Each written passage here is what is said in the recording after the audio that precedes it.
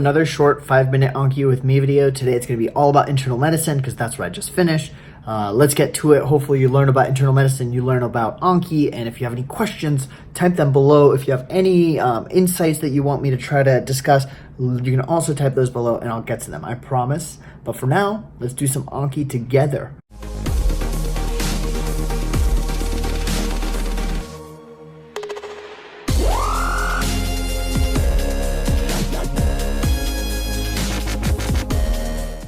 Right, so my Anki usually resets at 11 p.m. and it's midnight. It's 12:40 right now, so you'll see I've only done 4 cards today. So and I did about 800 yesterday. So with that being said, let's get straight into it, internal medicine style.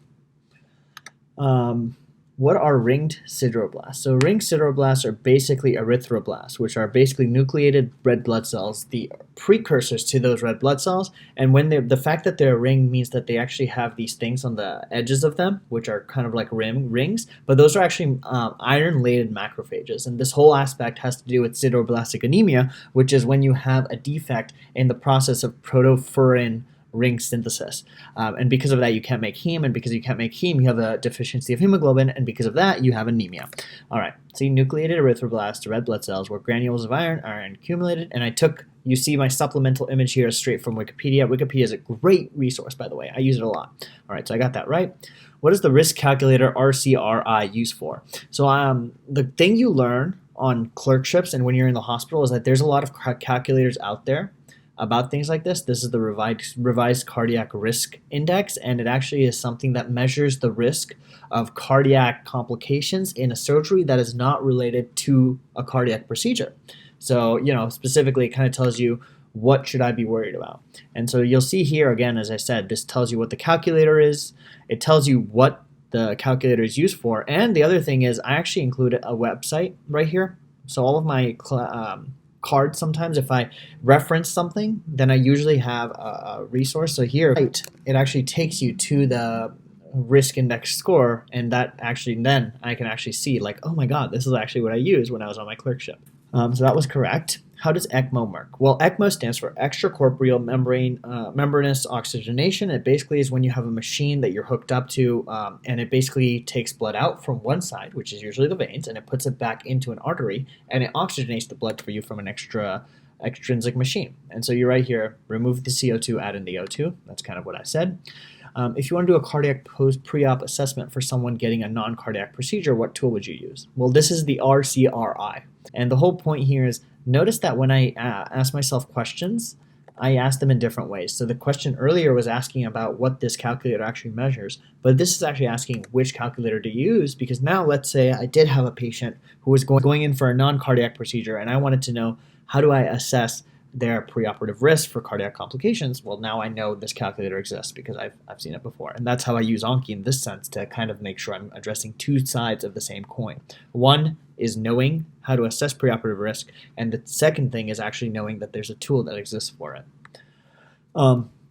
There are 2 types of ECMO. One is venoarterial and another is venous-venous. How does venous-venous ECMO What is venous-venous ECMO intended to do, and what 2 things does it connect? So the venous-venous ECMO actually connects the femoral vein to the internal jugular vein. Or maybe, no, it doesn't. It's not the internal jugular. It's the inferior vena cava. And it's venous-venous because it takes the femoral vein and it connects it to another vein, which is the vena cava. But the interesting part is it still undergoes the whole thing that I said ECMO does earlier, which is it takes out CO2 and it adds back in O2. And you'll see right here, right common femoral vein connected to the jugular vein, and I even included an image from UpToDate here. UpToDate is the resource that almost all med students and medical professionals use, and so I included that. And you also notice I included, I didn't know what a cannula looked like, so I included an image of a cannula. This one's actually random, I don't know why I did this. Lung cancer screening is suggested for a patient with 30-pack year history of smoking that currently smokes or has quit in the last how long? So it's a 30-pack year smoking for someone who currently smokes or has quit in the last 15 years. And you see right here, I actually took the screenshot from the USPSTF, U.S. Preventative Services Task Force. And I also included, as I said, the site, because you always cite your sources. Woo! Okay, name 6 bacteria that can cause bloody diarrhea. And you'll notice here I actually included my handy dandy mnemonic, which is Soul Cycle. And you'll see that only the bolded things stand for something. And in this case, it's the E. And I know the E stands for EHEC, which is Entero E. coli. It's kind of EHEC is a form of E. coli. I forgot what the E stands for, but that's all I remember. And then if you want to see the original here, this is what it is. Shigella, Salmonella, Campylobacter. In the Padua score, what is the biggest weighted factor? So the Padua score is actually a score that you can give any patient in the hospital, and it actually calculates their chance / risk of thrombosis / venous thromboembolism. Thrombosis is something that can happen to patients when they're still for a long period of time, which a lot of patients in the hospital are. And if they have some of these other risk factors, which I've given this handy dandy mnemonic MRPP, then they actually are at a higher risk for thrombosis, and so you actually want to put them on anticoagulation, whether that's through a DOAC, a direct oral anticoagulant, or through Lovenox, which is what most people in the hospital are on, which is an actual injection into your tummy sometimes, and that's not fun. But in this case, MRPP is the mnemonic, and in this case, I think the P stands for previous venous thromboembolism, and the second P actually stands for I know the M stands for mobility. The R stands for reduced mobility. The M stands for malignancy, which is cancers. The P stands for previous thromboembolism, and another P might just stand for previous history of thromboembolism. I'm not sure. Previously known thrombophilic condition. Okay, so I'll give myself that. And you'll see here I actually included the calculator, as I always do, and I also included my source, which is this MD Calc Padua risk score calculator. And again, you'll see here that the ones that matter the most are if you've had cancer before, if you've had a previous venous thromboembolism, if you're not moving as much, and you have another thrombophilic condition. Those actually matter the most in your chances of clotting in the hospital. So if you have any of those, you're going to be on anticoagulation if you're in the hospital. Okay.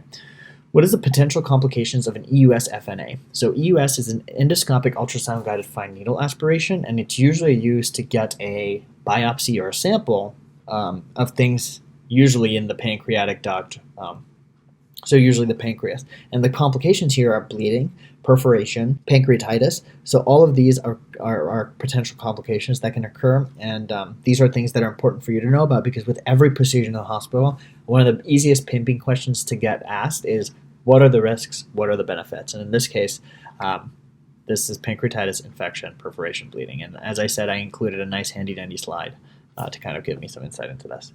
And what are the indications for it? It's usually when you want a biopsy, or if you want a pancreatic, or if you have a suspicion for pancreatic cancer or pancreatic mass. See, pancreatic tumor or mass. And you'll see that this actually I took also from a slide that we had, and I kind of included it here for more information. Okay. Good. So hopefully this is just some of the stuff that I go through and I want to share with you guys. If you enjoyed this video, give it a thumbs up. If you have any questions, mention them below. But this is just some of the stuff you do in internal medicine, and why clerkship learning, the stuff you learn in the hospital, these flashcards are drastically different from the flashcards that you'll find on Anki, the flashcards that you'll find on any pre-made deck, or the flashcards you use in preclinical. I do still have flashcards of those, if you'll notice. I have them in my master sketchy deck, and I still add a lot of stuff to this deck. But you'll see that most of mine is actually up in here, clinical. These are all my clinical cards, and these are all really important to me as well. So hopefully that gave you guys some insight into Anki internal medicine style. I'll do more of them, I promise. But I'll see you in the next video. For now, like, comment, share, and subscribe. All right, bye.